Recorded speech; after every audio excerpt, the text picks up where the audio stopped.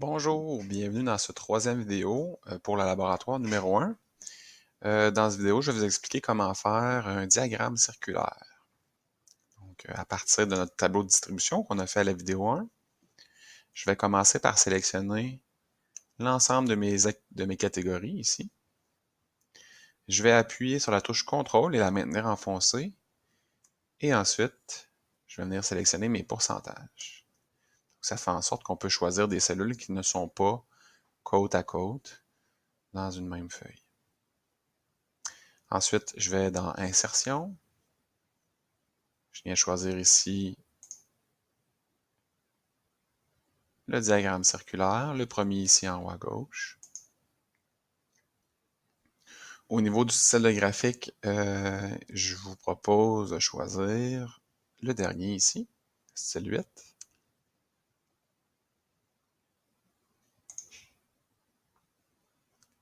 Ce qui reste à faire, c'est identifier le titre.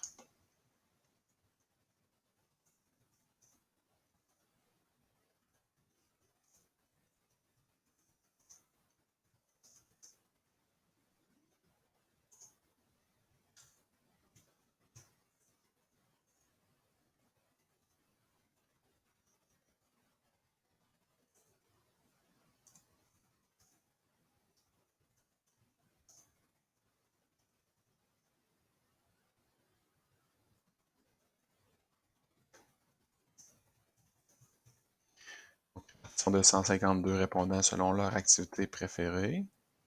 Activité physique.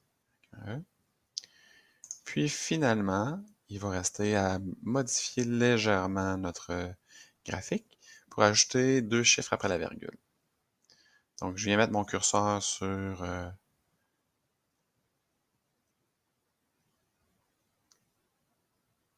un des pourcentages. Je clique avec le bouton droit, mettre en forme les étiquettes de données.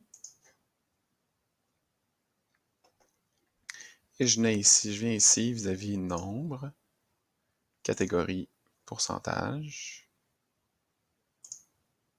Et on fixe ici le nombre de décimales à 2, qui est déjà fait.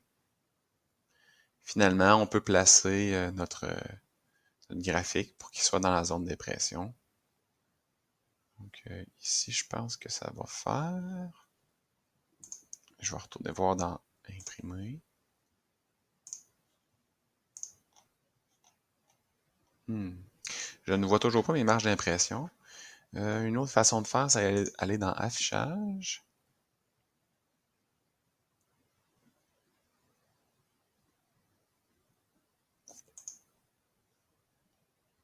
Donc, utiliser avec saut de page pour voir que ici, notre colonne, elle dépasse légèrement.